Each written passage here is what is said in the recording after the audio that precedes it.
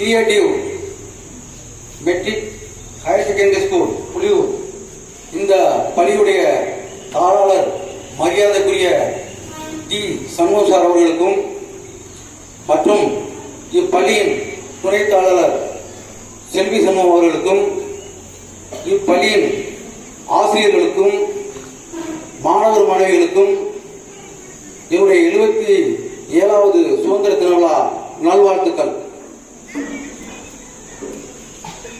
என்னை வர சொல்லி தேசிய கொடியேற்றி கௌரவித்த இப்பள்ளியின் தாளாளர் திரு சண்முகம் சார் அவர்களுக்கு நன்றி கலந்த வணக்கத்தை தெரிவித்துக் கொள்கின்றேன்.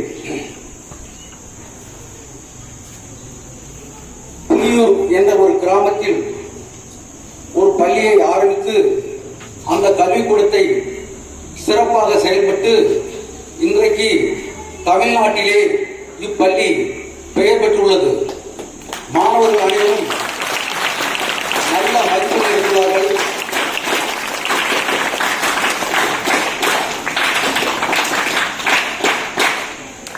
விளையாட்டுப் போட்டியிலும் சிறந்த விளையாட்டு வீரர்களாக தேர்வு பெற்றுள்ளார்கள். எத்தனை காலம் வாழ்ந்தோம் என்பது முக்கியமல்ல, வாழ்ந்த காலத்தில் என்ன சாதித்தோம் என்பது முக்கியம்தான்.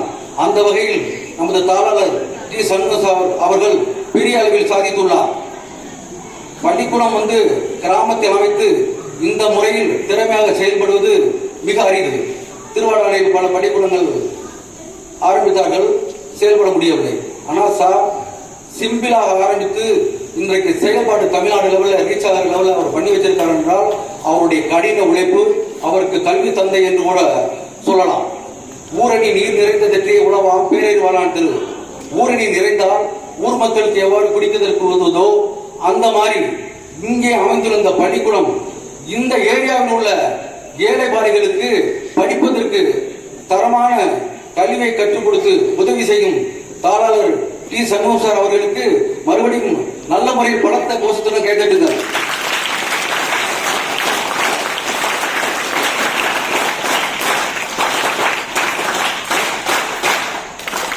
ஒரு நாட்டுடைய முன்னேற்றம் ஒரு புத்தகத்தில் தான் இருக்கு. தாஸ் கேபிட்டல், அதாவது மூலதனம் என்ற ஒரு புக்கை கார்ல் மார்க்ஸ் எழுதினார். அந்த கார்ல் மார்க்ஸ் எழுதின புக்கு கியூபா நாட்டுடைய தலைவிதியை மாற்றியது. இன்றைய உலக வங்கியிலே கடன் வாங்காத நாடு என்றால் அது கியூபா நாடு தான். அந்த நாட்டில் குழந்தைகளுக்கும் மருத்துவ செலவும் படிப்புக்கும் அந்த அரசே அதை ஏற்றுக்கொள்கிறது. அந்த அளவில் அந்த நாடு முன்னேறி உள்ளது. ஆகவே நீங்கள் படிக்கும் புத்தகத்தில் தான் உங்களுடைய வாழ்க்கையுடைய முன்னேற்றம் இருக்கு. கல்வி ஒன்றே அழியா செல்வம். கல்வி படிக்க படிக்க அதனுடைய அறிவு கூடும், பணம் எடுக்க எடுக்க குறையும். ஆகவே கல்விக்கு உகந்தது வேறு எதுவுமே இல்லை. அதற்கு பிறகு சுதந்திரத்தை பற்றி சில வார்த்தைகள் பேச விரும்புகிறேன். சுதந்திரம் என்பது சும்மா கிடைக்கவில்லை. லட்சக்கணக்கான தியாகிகள் அடிபட்டு, அல்லல் பட்டு, அடிமைப்பட்டு, உடமை இழந்து, உயிரை இழந்து, உரிமை இழந்து, சிறைவாசம் சென்று சின்னாபனமாகி ரத்தம் சிந்தி உயிர் தியாகம் செய்ததால் தான் சுதந்திரம் கிடைத்தது. நாடு நமக்கு என்ன செய்தது என்று பார்க்கக்கூடாது, நாட்டிற்கு நாம் என்ன செய்தோம் என்று பார்க்க வேண்டும். உலகத்திலே சாதி மதத்திற்கு அப்பாற்பட்டு ஒற்றுமையா இருக்கக்கூடிய மிகப்பெரிய ஜனநாயக நாடு இந்தியா. இந்தியாவில் பிறந்ததே நாம் பெருமை. அதற்கு பிறகு இந்திய ராணுவத்தில் நான் சர்வீஸ் செய்ததால் இன்னும் அதை பெருமையாக கருதுகிறேன். சுதந்திர தின விழாவை ஒவ்வொரு குடிமகனும் தன்னுடைய வீட்டு விழா மாதிரி கொண்டாட வேண்டும். தாயை மதிக்காதவனும் தாய்நாட்டை மதிக்காதவனும் நல்ல மனிதர்களே அல்ல.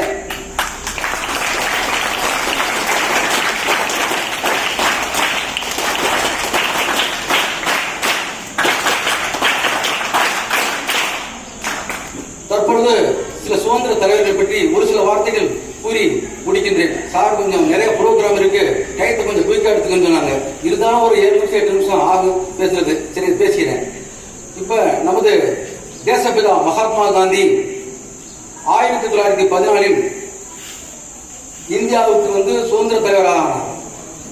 கோபாலகிருஷ்ணன் கோகலேயை குருவாக ஏற்றுக்கொண்டு அவர் பிரபல ஒரு வழக்கறிஞர், தென்னாப்பிரிக்காவில் ஃபேமஸான ஒரு வழக்கறிஞராக ஆக முன்பு ஒரு நாள் ஒரு ட்ரெயின்ல போயிட்டு இருக்கும்போது 5 பிரிட்டிஷ்காரர்கள் வேலைக்காரர்கள் அதில் ஏறினாங்க. ஏறினவுடனே இவர் ஃபர்ஸ்ட் ஃபர்ஸ்ட் கிளாஸ் டிக்கெட்ல இவர் உட்கார்ந்துருக்காரு. உட்கார்ந்துருந்த உடனே என்ன செய்யறாங்க, ஹுவாரி கேட்கறாங்க. நான் இந்தியன், நான் ஃபர்ஸ்ட் கிளாஸ் டிக்கெட் வாங்கியிருக்கப்பா. ஃபர்ஸ்ட் கிளாஸ் டிக்கெட் வாங்கினாலும் உங்க உடை எல்லாத்தையும் பார்த்தா பரதேசி மாதிரி இருக்கே அப்படின்னு சொல்லிட்டு ஸ்லோவா உடைய ட்ரெயின்ல தூக்கி வீசிட்டாங்க. தூக்கி வீசின உடனே அவரு வேதனைப்பட்டார். ஆனால் அவர் அந்த தென்னாப்பிரிக்காவிலே பிரபல வழக்கறிஞர் ஆகி எல்லாரும் போற்றும் அளவாகி எந்த இடத்துல தூக்கி வீசாங்களோ அந்த இடத்துல தென்னாப்பிரிக்காவில் மகாத்மா காந்தியுடைய சிறை நிறுவப்பட்டுள்ளது. இதுதான் சாதனை. அதுபோல மகாத்மா காந்தி நம் நாட்டுக்கு 1914 இருந்து காங்கிரஸ் தலைவராக பொறுப்பேற்றார். 1920 ஒத்துழைமை இயக்கம், 1930 சால்ட் சத்தியாகிரக மூவ்மெண்ட், உப்பு சத்தியாகிரக போராட்டம், 1942 வெள்ளையனை வெளியேறியதும், இந்த அனைத்து போராட்டத்துக்கும் அவர் தலைமை தாங்கினார். இந்தியாவில் உள்ள அனைத்து முக்கிய தலைவரையும் ஒன்று சேர்த்து அகிம்சை வழியாக நம் நாடு சுதந்திரம் கிடைப்பதற்கு மிகவும் பாடுபட்டார். அடுத்ததாக வீரமங்கை வேலு நாச்சியார். பெண்கள் சாதிக்க முடியும், அன்றே சாதித்திருக்கிறார்கள். முதல் போராளி வீரமங்கை வேலு நாச்சியார். தன் கணவர் சிவகங்கையிலிருந்து சிவன் கோவிலை தரிசனம் பண்ணுவதற்காக காலையில் வந்திருந்தார். இதை பார்த்து ஆங்கிலேயர் அவரை சுற்றி வளைத்து கொண்டு விட்டனர். அவரை கொண்டதை அறிந்து சிவகங்கையிலிருந்து வேலு நாச்சியார் காலையில் வருகிறார். பிறகு இவர் என்ன செய்கிறார்கள், விரட்டுகிறார்கள். விரட்டும் போது அரியாக்குறிச்சி வழியாக வேலு நாச்சியார் போகிறார். போகும்போது அங்கே உடையாள் என்ற ஒரு யாதவ சிறுமி ஆடு வைத்துக் கொண்டிருக்கிறார். அப்ப அவள் சொல்கிறாப்ல, ஆங்கிலேயர் என்னை விரட்டுகிறார்கள், என்னை காட்டி கொடுத்துட வேண்டாம், நான் இங்கு மறைந்து உள்ளேன். அப்ப ஆங்கிலேயர் வந்து அந்த சிறுமியிடம் ஒரு தடவைக்கு பல தடவை கேட்கிறார்கள், சொல்ல மறுத்துவிட்டார். இதனால் ஆங்கிலேயர் கோபப்பட்டு தலைவேறு முண்டம் வேறு வெட்டிவிட்டார்கள். அதுதான் வெட்டுடைய காளி. இன்றைக்கு கொல்லங்குடியில் இருக்கக்கூடிய காளிக்கு பேர் என்னது? அதுதான் வெட்டுடைய காளி.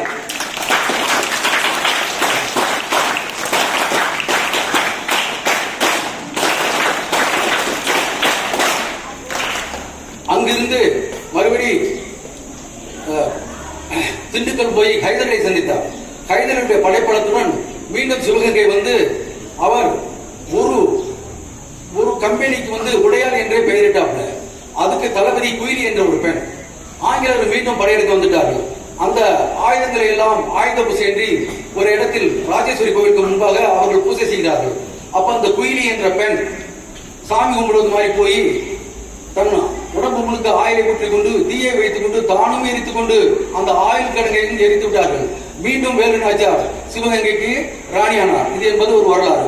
அடுத்தது பாருங்க, தமிழ்நாட்டிலே வாவு சிதம்பரனார் செய்த சாதனைகள் பெருசு. அதாவது தன்னிடம் பணம் போதிய அளவு இல்லாவிட்டாலும் அவர் அந்நியருக்கு எதிராக சுதேசி என்ற நிறுவனத்தை நிறுவி கப்பல் வாங்கி வணிகம் நடத்தினார். அவர் ஒரு வக்கீல். அவருடைய துடுப்பான பேச்சுக்கள், அவர் மக்கள் ஈர்ப்பு சக்தியை பார்த்து ஆங்கிலேயர் போராமைப்பட்டு அவரை 20 வருடம் ஜெயிலில் தள்ளியது. ஜெயிலில் அவர் செத்துழுத்தார். இதை பார்த்த வாஞ்சிநாதன் இதற்கு காரணமாயிருந்த ஆஸ் என்ற துறையை மணியாச்சி ரயில்வே ஸ்டேஷனில் சுட்டுக் கொண்டார். சுட்டுக்கொண்டு தனக்கு தானே சுட்டுக் கொண்டு விட்டார்.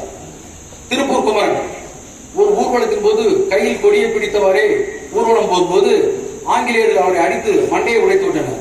இறக்கும் தருவாயிலும் அந்த கொடியை கையில் விடாமல் இறந்தார். அவர்தான் திருப்பூர் குமரன். அதற்கு பிறகு பாருங்க பகத்சிங். பகத்சிங்கினாலே இந்த படத்தை போட்டிருக்க. பகத்சிங் வந்து அகிம்சால ஒன்றும் பண்ண முடியாது, அன்றே ஆயுதத்தான் பண்ண முடியும் என்ற ஒரு நம்பினார். லாலா லஜபதி ராய் அவர் குருவாக ஏற்றுக்கொண்டார். இப்ப லாலா லஜபதி ராயை ஆங்கிலேயர்கள் மண்டையில் அடித்து உடைத்து விட்டனர். அதனால் லாலா லஜபதி ராய் இறந்து விட்டார். இதை பழிதீர்க்கும் விஷயமாக பகத்சிங் அந்த கொண்டவர்களை சுட்டுக் கொண்டு விட்டார். அதற்கு பிறகு ஜாலியன் வாலாபாக் படுகொலையை பார்த்து ரொம்ப வேதனைப்பட்டார். 13 வயதில் சுதந்திரத்துக்காக போராடி 23 வயதில் தூக்கிலிடப்பட்டார். அவர் செய்த சாதனைகள் மிகப்பெரிய சாதனைகள். அதுக்கு பிறகு பாருங்க, உத்தம் சிங் அப்படின்னு ஒரு பஞ்சாப்ல ஒரு இளைஞன், தகப்பனும் இல்ல தாயும் இல்ல, அனாதை. அப்ப அனாத ஆசிரமத்தில் இருந்தவரே படிச்சு வக்கீல் ஆயிட்டாங்க. அவர் படிக்கும் போதே இந்த ஜாலியன் வாலாபாக் படுகொலையை பார்த்து ரொம்ப வேதனைப்பட்டார். அந்த படுகொலைக்கு காரணமாக இருந்தவனை எப்படியாவது பழி வாங்கணும்னு நினைச்சார். தன்னுடைய 34 வயதில் இங்கிருந்து இங்கிலாந்து போனார். இங்கிலாந்து போய் அங்கே அதற்கு காரணம் இருந்த ஜெனரல் என்ற டயரை எவ்வாறு கொல்ல வேண்டும் என்று திட்டம் தீட்டினார். 1940 காப் டவுன்டானில் இவர் ஒரு மீட்டிங்ல இருந்த போது ஜெனரல் டயர் சீஃப் கெஸ்டா இருக்கும்போது அவர் கூட்டத்தை முடித்தவுடன் அவர் அங்கே சுட்டுக் கொண்டார். அதற்கு பிறகு பாருங்கள், நான் ஒரு நிறுவனம் வைத்திருக்கிறேன் நேதாஜிங்கிறது, அதனால நேதாஜியை பற்றி ஒரு சில வார்த்தைகளை குறித்து பீக்கான ஒரு 3 நிமிஷத்தில் முடிச்சேன். இப்ப நேதாஜி சுபாஷ் சந்திர போஸ் 1897 ஜனவரி மாதம் 23ஆம் தேதி பிரபாவதி அம்மையாருக்கும் ஜானகிநாத் போஸுக்கும் பிறந்தார். ஜானகிநாத் போஸ் என்பவர் மிகப்பெரிய வழக்கறிஞர், அரசு வழக்கறிஞர். அவர் தன்னுடைய கூட்டாளியின் உதவியுடன் அன்றைய தினம் உலகத்திலே புகழ்பெற்ற கேம்பிரிட்ஜ் பல்கலைக்கழகத்தில் சேர்த்தார். அப்பல்கலைக்கழகத்தில் ஐசிஎஸ் பட்டம் பெற்றார். ஐசிஎஸ் பட்டம் என்பது இன்னைக்கு ஐஏஎஸ் பட்டத்துக்கு சமமான பட்டம். பட்டம் முடிந்தவுடன் ஆங்கில அரசு அவருக்கு கலெக்டர் பதவி கொடுத்து வந்தது. அதற்கு நேதாஜி சொன்னார், பிரிட்டிஷ் என்ற இயந்திரத்தில் நான் உறுப்பாக செயல்பட மாட்டேன், எனக்கு தேவை என் தாய்நாட்டுடைய சுதந்திரம் தான் என்று மகாத்மா காந்தியை வந்து சந்தித்தார். மகாத்மா காந்தி சொன்னார், சித்திரந்தரங்காத்தை போய் அங்கே பார்த்தவுடன் நேதாஜி சுபாஷ் சந்திர எங்கு போகிறாரோ லட்சக்கணக்கான மக்கள் திரண்டனர். ஏன்னா அவருடைய தோட்டம் அந்த மாதிரி கம்பீரமான தோட்டம். அப்ப அந்த கூட்டத்தை பார்த்து ஆங்கிலேயர் பல வழக்குகளை போட்டு இவரை 6 வருடம் ஜெயிலில் தள்ளியது. ஜெயிலில் இருக்கும் போதே இவருக்கு மஞ்சள் காமலை வந்து விட்டது. மஞ்சள் காமலை வந்தவுடன் நீதிபதி சொன்னார்கள், இவரை வீட்டு காவலில் வைங்கள். 62 ஆங்கிலேயர்கள் காவல் காக்கும் போது அவர்கள் கண்ணில் படாமல் மாறுவேடத்தில் ஜெர்மன் போய் அடைந்தார்கள். அங்கு மாவீரன் ஹிட்லருடைய ஆதரவுடன் ஜப்பான் பிரதமர் டோஜோ உதவியுடன் சுமார் 3 லட்சம் ராணுவ வீரர்களை உருவாக்கி 1943 இந்திய தேசிய ராணுவத்தை உருவாக்கினார். ஜெய்ஹிந்த் டெல்லி சலோ என்று கோஷமிட்டார். அவருடைய இந்த கோஷத்தை அஞ்சிய பிரிட்டிஷ்காரர்கள் சுதந்திரம் கொடுத்தார்கள் என்பது உண்மை. ராமநாதபுரம் மாவட்டம் என்றாலே ஒரு பெருமை மிகுந்த மாவட்டமாக ஆக்கியதற்கு நமது ஏபிஜே அப்துல் கலாம் ஒரு காரணமாகும்.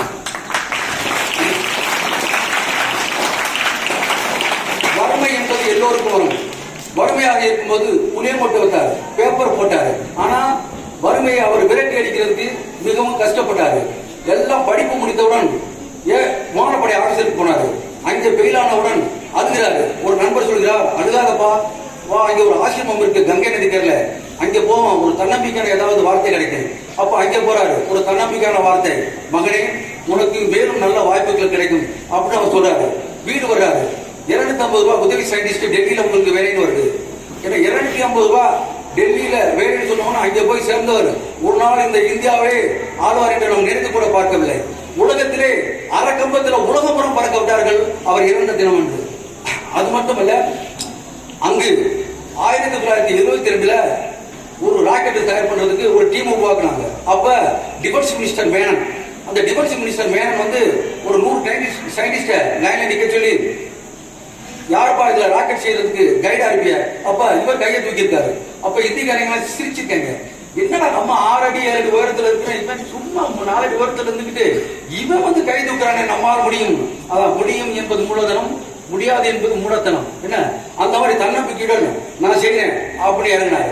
அப்ப இறங்கும் போது மேனன் சொன்னாரு, சரி இந்த ஆளு வந்து உயரம் கம்மியா இருந்தாலும் தன்னம்பிக்கை பெருசா இருக்கு, இந்த ஆள் தான் நான் லீடர்னு சொல்றாப்ல. அப்ப பெங்களூர்ல வந்து ஐஎஸ்ஆர் இந்தியன் ஸ்பேஸ் ரிசர்ச் சென்டர்ல வந்து இவங்க என்ன செய்யறாங்க செய்யும் போது 1வது சுத்தி 2வது சுத்துல வந்து ஃபெயிலியர் ஆகி கீழே விழுந்துருச்சு. அழுகிறாரு. அந்த நேரத்துல அவர் தாய் தந்தை இறந்துட்டாப்ல, அவங்க அக்கா புருஷன் இறந்துட்டாப்ல. மறுபடியும் இதெல்லாம் வந்து முடிச்சுட்டு மீண்டும் அந்த குழுக்கு தலைவராகிறார். 1980 எஸ்எல்வி என்ற ராக்கெட் வர்றாரு. அந்த எஸ்எல்வி ராக்கெட் தயார் பண்ணி விடும்போது 1வது சுத்து 2வது சுத்து 3வது சுத்து சுத்தும் போது உலகமே இந்தியாவை பார்த்தது. உலகம் வந்து இந்தியாவை பார்த்தது. அப்பதான் உலகத்தில் இந்தியாவிலே தானாக ஒரு சயின்டிஸ்ட் ஒரு ராக்கெட்டை தயார் பண்ணிட்டாப்ல. அவர் செய்த நாத்தி ஏவுகணை, திரிசூல் ஏவுகணை, ஆகாச ஏவுகணை, அக்னி ஏவுகணை, ஆளில்லாத வானம் மூலம் எதிரிகளை தாக்கக்கூடியது, போலியோவால் நடக்கக்கூடிய எளிதில் நடக்கக்கூடிய எக்யூப்மெண்ட்ஸ், இவை அனைத்தையும் கண்டு அரௌண்ட் வேர்ல்டு 300 கண்ட்ரில 5வது கண்ட்ரி பேசும் அளவு நம்ம இந்தியாவுக்கு பெருமை சேர்ந்தது.